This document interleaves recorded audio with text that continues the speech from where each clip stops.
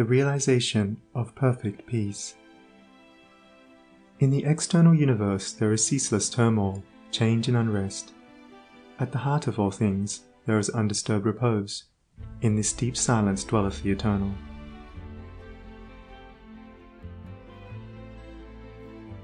Man partakes of this duality, and both the surface change and disquietude, and the deep-seated eternal abode of peace, are contained within him. As there are silent depths in the ocean which the fiercest storm cannot reach, so there are silent, holy depths in the heart of man which the storms of sin and sorrow can never disturb. To reach this silence, and to live consciously in it, is peace. Discord is rife in the outward world, but unbroken harmony holds sway at the heart of the universe. The human soul, torn by discordant passion and grief, reaches blindly toward the harmony of the sinless state. And to reach this state, and to live consciously in it, is peace. Hatred severs human lives, fosters persecution, and hurls nations into ruthless war. Yet men, though they do not understand why, retain some measure of faith in the overshadowing of a perfect love, and to reach this love and to live consciously in it is peace. And this inward peace, this silence, this harmony, this love, is the kingdom of heaven, which is so difficult to reach because few are willing to give up themselves and to become as little children. Heaven's gate is very narrow and minute. It cannot be perceived by foolish men, blinded by vain illusions of the world. E'en the clear-sighted who discern the way, and seek to enter, find the portal barred, and hard to be unlocked. Its massive bolts are pride and passion, avarice and lust. Men cry peace, peace, where there is no peace, but on the contrary, discord, disquietude and strife.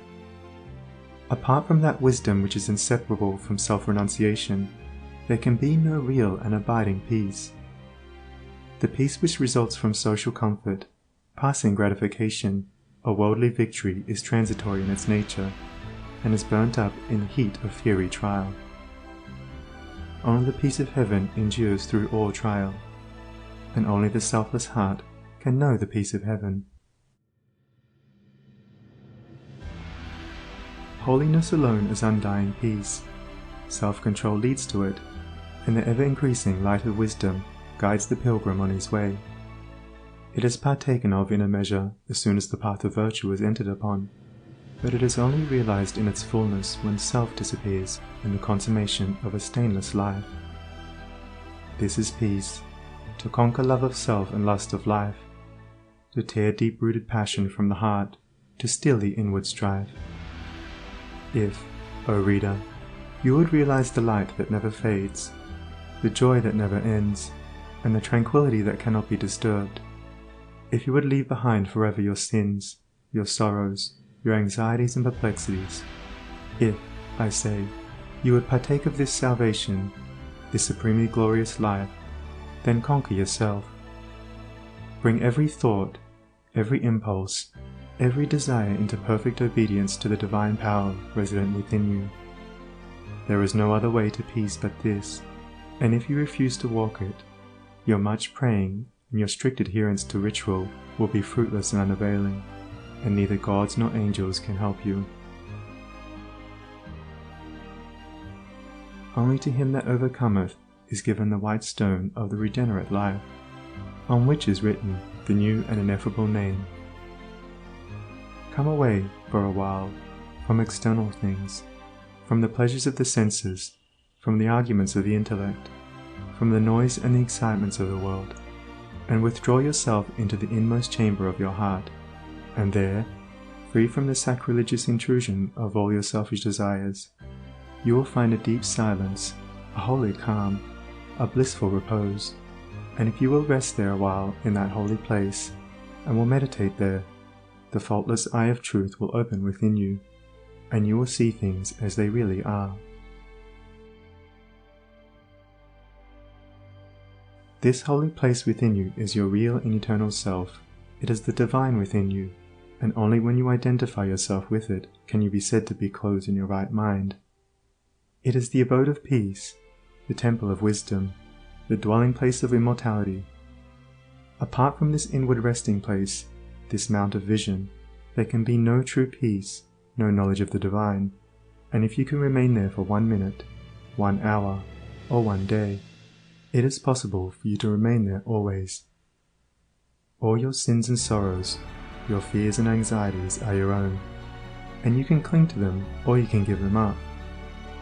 Of your own accord you cling to your unrest. Of your own accord you can come to abiding peace. No one else can give up sin for you. You must give it up yourself. The greatest teacher can do no more than walk the way of truth for himself, and point it out to you. You must walk it for yourself. You can obtain freedom and peace alone by your own efforts, by yielding up that which binds the soul, and which is destructive of peace.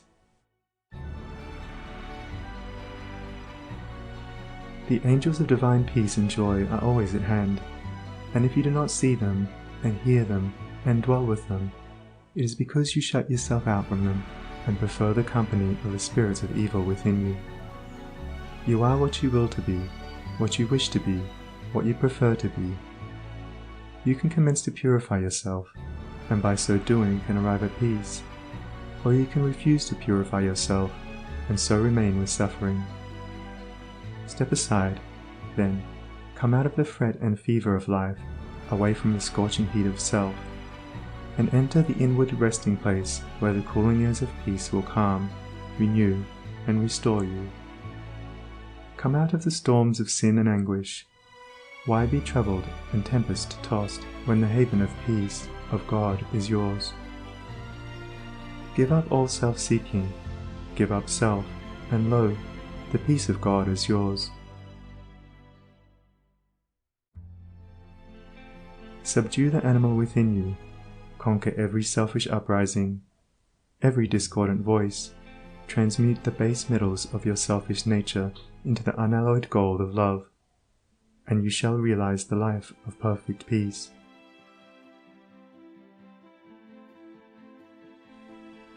Thus subduing, thus conquering, thus transmuting, you will, O reader, while living in the flesh, cross the dark waters of mortality, and will reach that shore upon which the storms of sorrow never beat, and where sin and suffering and dark uncertainty cannot come. Standing upon that shore, holy, compassionate, awakened, and self-possessed and glad with unending gladness, you will realize that never the Spirit was born, the Spirit will cease to be never. Never was time it was not, end and beginning are dreams. Birthless and deathless and changeless remaineth the Spirit forever.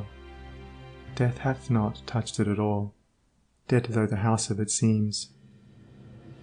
You will then know the meaning of sin, of sorrow, of suffering, and that the end thereof is wisdom, will know the cause and the issue of existence, and with this realization you will enter into rest, for this is the bliss of immortality, this is the unchangeable gladness. This the untrammeled knowledge, undefiled wisdom, and undying love, this, and this only, is the realization of perfect peace. O thou who wouldest teach men of truth, hast thou passed through the desert of doubt? Art thou purged by the fires of sorrow? Hath Ruth the fiends of opinion cast out of thy human heart? Is thy soul so fair that no false thought can ever harbour there? O thou who wouldest teach men of love, hast thou passed through the place of despair? Hast thou wept through the dark night of grief? Does it move thy human heart to pitying gentleness, looking on wrong and hate and ceaseless stress? O thou who wouldest teach men of peace, hast thou crossed the wide ocean of strife? Hast thou found on the shores of the silence release from all the wild unrest of life? From thy human heart hath all striving gone, leaving but truth and love and peace alone?